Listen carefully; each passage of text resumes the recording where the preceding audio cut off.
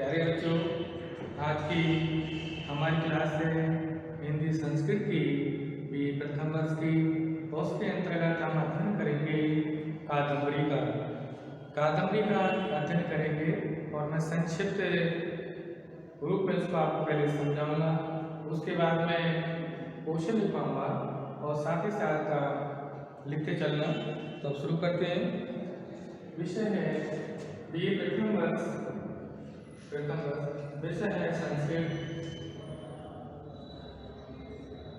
और संस्कृत के अंतर्गत हम अध्ययन करेंगे कादम्बरी का। संस्कृत का अध्ययन करेंगे कादम्बरी का।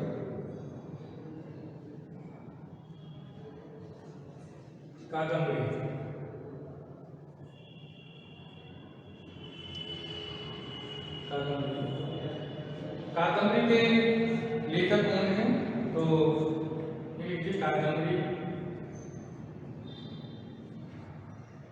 और कादम्बरी के लेखक हैं बाण भट्ट हैं। इसके लेखक हैं बाण भट्ट। अब प्रश्न आता है कि जो हमारी बाण भट्ट ने कादम्बरी लिखी है ये किस विधा की रचना है? तो विधा में बेटा ये कथा है। कथा कादम्बरी की विधा कौन सी है? यानी विधा का मतलब होता है कि वो नाटक है, कहानी है, उपन्यास है, रेखा चित्र है, संस्मरण है, महाकाव्य है, खंडकाव्य है। इसी तरह से जो हमारी कादम्बरी है बाण की वो कथा है। इसमें 3 जन्मों की कथा रह गई है। मैं सारा आपको विस्तार पूर्वक बताऊंगा। तो विधा में लिख लीजिएगा कादम्बरी क्या है, विधा, और विधा में कथा।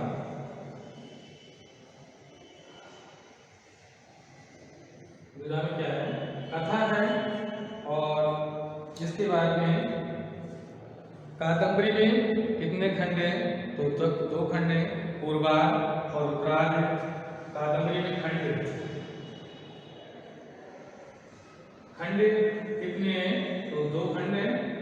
2 बिल्कुल लिखते हैं, 2 खंड हैं। कौन कौन से खंड हैं? खंडों के नाम है पूर्वार्ध और उत्तरार्ध। पूर्वार्ध और उत्तरार्ध।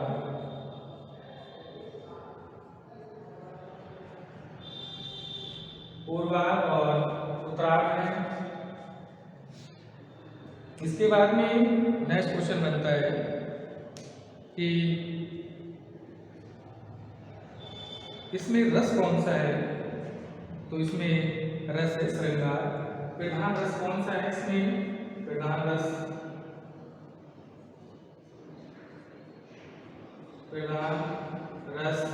रस कौन सा है? श्रृंगार। श्रृंगार रस है कादम्बरी में। इसके बाद में हम देखते हैं कि उपजीवी क्या है, यहाँ कहाँ से ली गई है? तो ये वृत्त कथा है। वृत्त उपजीवी लिखेंगे, उपजीवी और उपजीवी में लिखेंगे वृत्त कथा है। वृत्त कथा मैंने बुक लिख दिया, लिखिएगा साथ ही साथ। इसके बाद आता है कि कादम्बरी का नायक कौन है और कादम्बरी की नायिका कौन है? कादम्बरी के नायक का क्या नाम है? तो कादम्बरी का जो नायक है उसका नाम है चंद्रपीड़। कादम्बरी का जो नायक है, जिस तरह से आप नाटक देखते हैं, नाटक में नायक कौन है, यानी इसका नायक कौन है, नायिका कौन है? तो नायक इसमें चंद्रपीड़।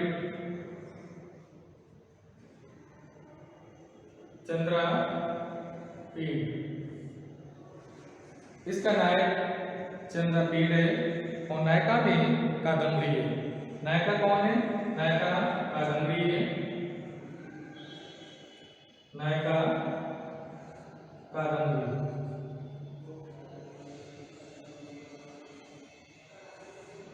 नायिका भी कादम्बरी है।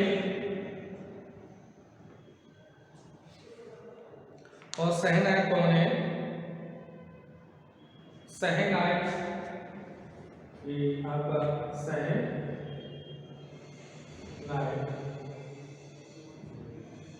सहनायक है, बताइएगा सहनायक कौन है? तो सहनायक है पुंडरी। पुंडरी ठीक है, सहनायक पुंडरीक है। अब आते हैं क्वेश्चन की सहनायिका कौन है?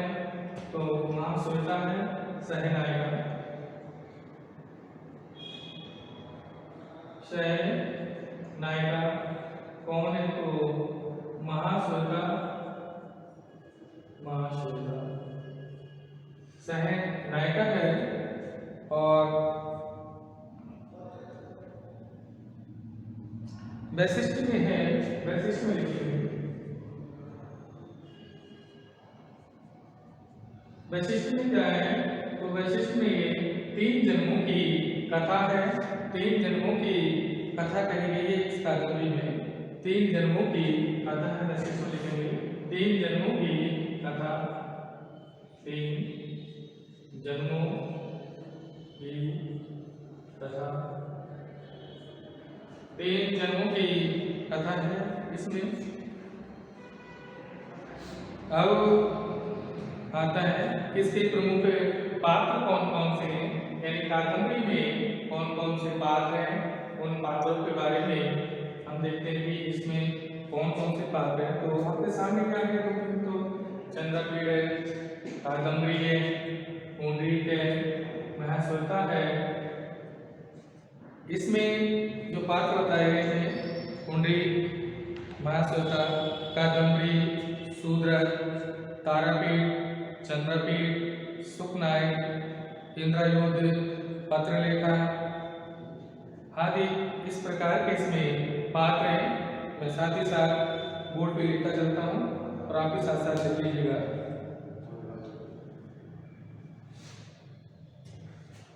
कादंबरी के प्रमुख पात्र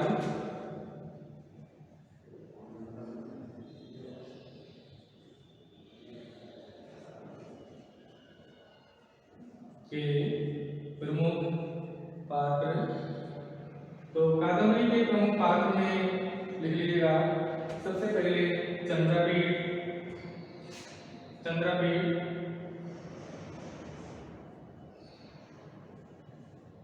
चंद्रपीठ।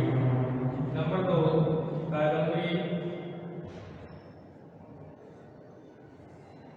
कादंबरी हो गया। पुंडरीक, पुंडरीक, महाश्वेता,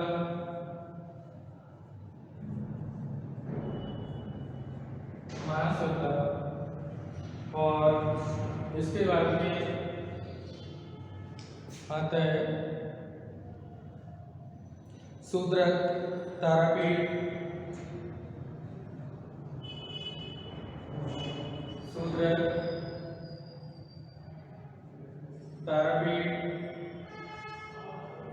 और पत्रलेखा, जवानी, पत्रलेखा, पत्रलेखा, जावली, जावली, जावली, सॉरी जावली। इसके बाद में चंडाल कन्या, चंडाल कन्या भी, चंडाल कन्या,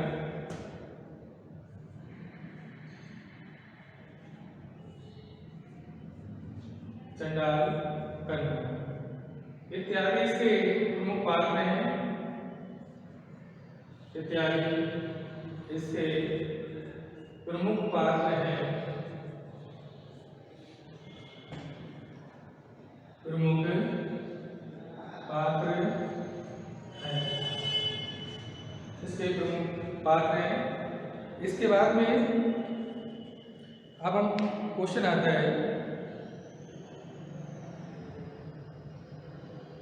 कि कादंबरी में कौन सी रीति है। तो प्यारे बच्चों पहले तो ये समझना चाहिए कि हमें रीतियाँ होती कितने प्रकार की हैं। तो रीतियाँ 3 प्रकार की होती हैं बच्चों। एक तो बेदर्भी होती है, गौड़ी होती है और पांचाली होती है।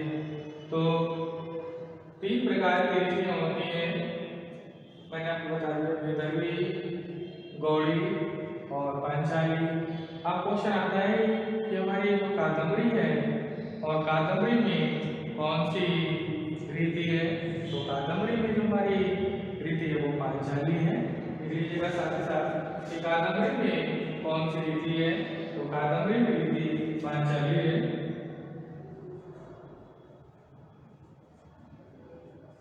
कादम्बरी में रीति, कादम्बरी में जो रीति है वो रीति हमारी पांचाली है।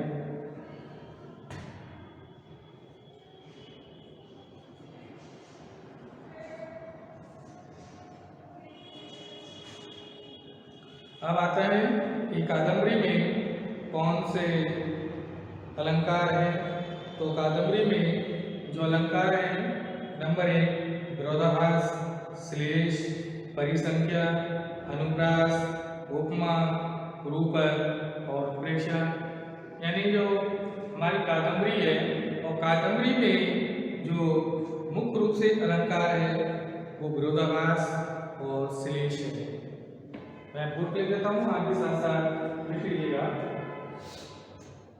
कि कादम्बरी में कौन कौन से अलंकार हैं। यानी कादम्बरी में सबसे प्रिय अलंकार कौन से हैं। तो विरोधाभास, श्लेष, परिसंख्या और परिसंख्या हो गया आपका। इसके बाद में अनुप्रास, उपमा, रूपक और उत्प्रेक्षा। बोर्ड पे लिखा हूँ इसके साथ साथ।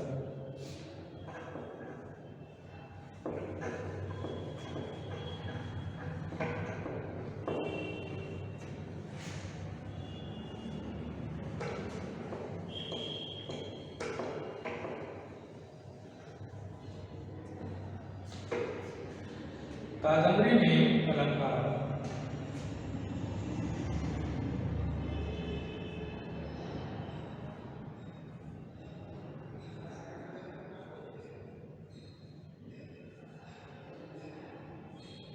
कादम्बरी में अलंकार तो नंबर 1 विरोधाभास, विरोधाभास अलंकार, विरोधाभास अलंकार हो गया। दूसरा जो आपका अलंकार है वो श्लेष है, श्लेष अलंकार।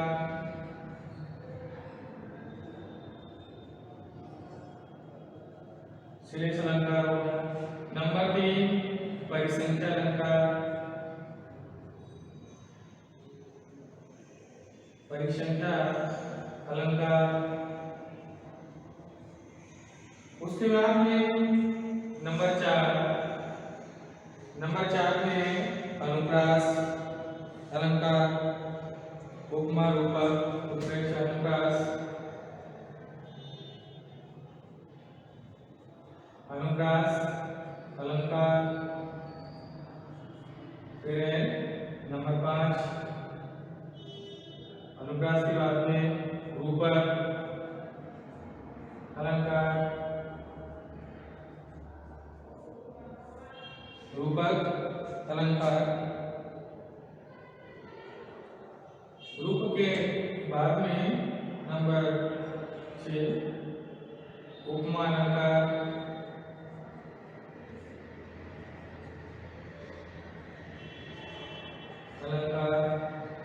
नंबर 7 और उत्प्रेक्षा अलंकार, उत्प्रेक्षा अलंकार। पहले बच्चों मैंने अभी आपके सामने ब्लैकबोर्ड पे लिखी थी कादम्बरी में कौन कौन से अलंकार हैं। तो विरोधाभास अलंकार भी है, श्लेष अलंकार भी है, परिसंख्या अलंकार भी है, अनुप्रास भी है, रूपक भी है, उपमा भी है और उत्प्रेक्षा अलंकार भी कादम्बरी में है। अब क्वेश्चन आता है कादम्बरी में प्रमुख वर्ण किए गए हैं। प्रमुख वर्ण है वो कौन कौन से। तो प्रमुख वर्ण कौन कौन से हैं मैं आपको बता रहा हूँ। एक तो शूद्रक वर्ण है, शुक्ल वर्ण है, चंडाल कन्या का वर्ण किया गया है और इसके बाद में जावाली वर्ण किया गया है, उज्जैनी का वर्ण किया गया है, तारापीठ का वर्ण किया गया है, इंद्रायुध का वर्ण किया गया है और महाश्वेता का वर्ण किया गया है। कादम्बरी का वर्ण कादम्बरी में किया गया है। तो इसमें सारे जो वर्ण हैं वो कादम्बरी में दिए गए हैं और मैं ब्लैक बोर्ड पर लिखता हूँ, आप ये लिखिएगा साथ ही साथ। तो नंबर 1 कौन सा वर्ण है? नंबर 1 शूद्रक वर्ण। मैं कादम्बरी में प्रमुख वर्ण डाल के लिखा हूँ, कादम्बरी में प्रमुख वर्ण।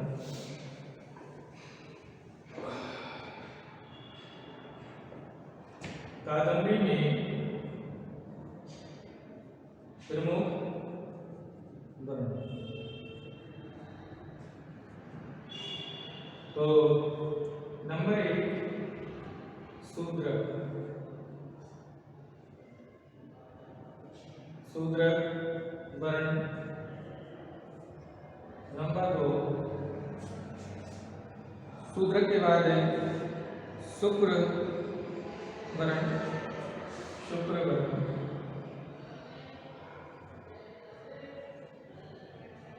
शुक्र वर्ण हो गया। नंबर 3 फिर आपका हो गया कादम्बरी वर्ण। कादम्बरी वर्ण हो गया।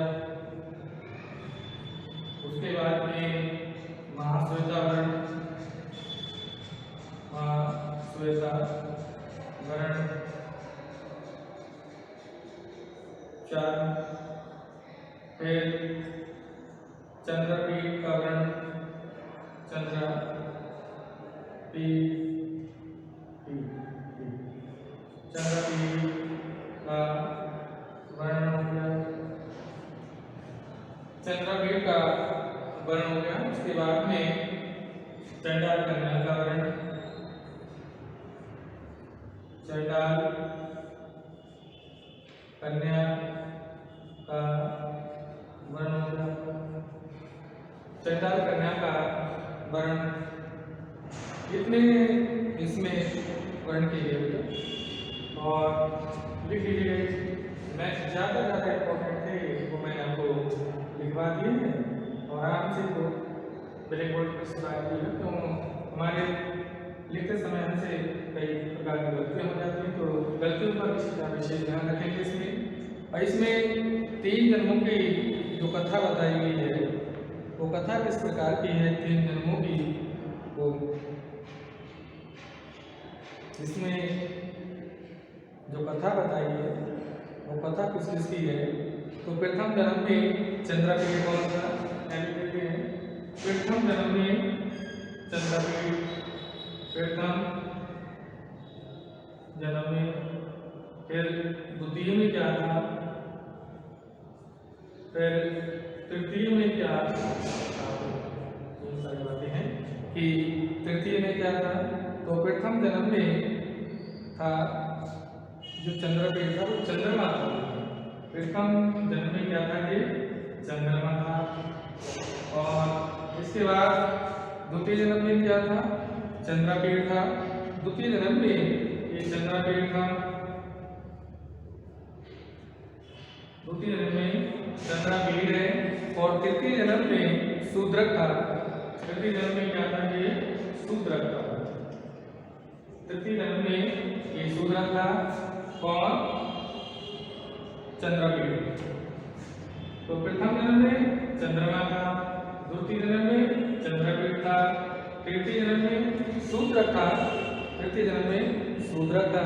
इसी तरह वैश्वानर है और ये वैश्वानर क्या था?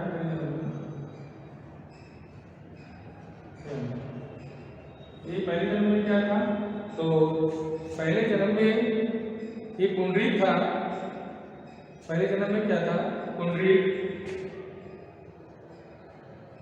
पहले जन्म में पुंडरीक था और दूसरे जन्म में ये वैश्वानर था।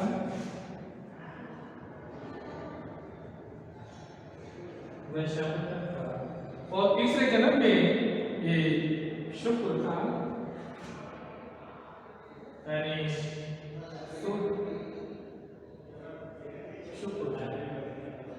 ठीक है, तो शुक्र था तीसरे जन्म में। अब पत्र लेखा पहले जन्म में कौन थी? तो पत्र लेखा पहले जन्म में रोहिणी थी। पत्र लेखा पहले जन्म में कौन थी? रोहिणी थी। पत्र लेखा और पत्र लेखा पहले जन्म में रोहिणी थी। और दूसरे जन्म में क्या थी? पत्र लेखा। दूसरे जन्म में पत्र लेखा ही थी। पत्र लेखा।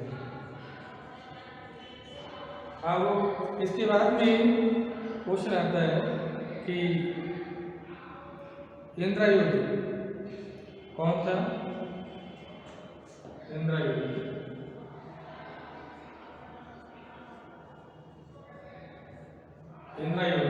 तो इंद्रायुध जो पहले था, पहले कपिंजल था, फिर इंद्रायुध था,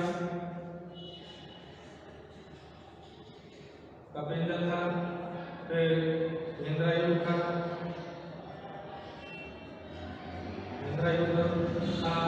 उसके बाद में तीसरे जन्म में फिर कपिंजल बन गया, फिर कपिंजल।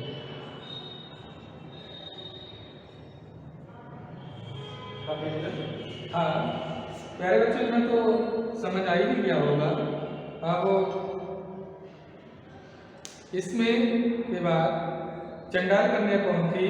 तो जो चंडाल कन्या है, तो चंडाल कन्या चंडाल कन्या। तो चंडाल कन्या पहले जन्म में क्या थी? तो पहले जन्म में चंडाल कन्या लक्ष्मी थी। लक्ष्मी पहले जन्म में जो चंडाल कन्या थी वो लक्ष्मी थी, और दूसरे जन्म अज्ञात है, और तीसरे जन्म में फिर चंडाल कन्या रही। तीसरे जन्म में भी वो चंडाल कन्या रही। प्यारे बच्चों, आज की क्लास यहीं पर समाप्त होती है। इसके आगे हम कल आपको बताएंगे।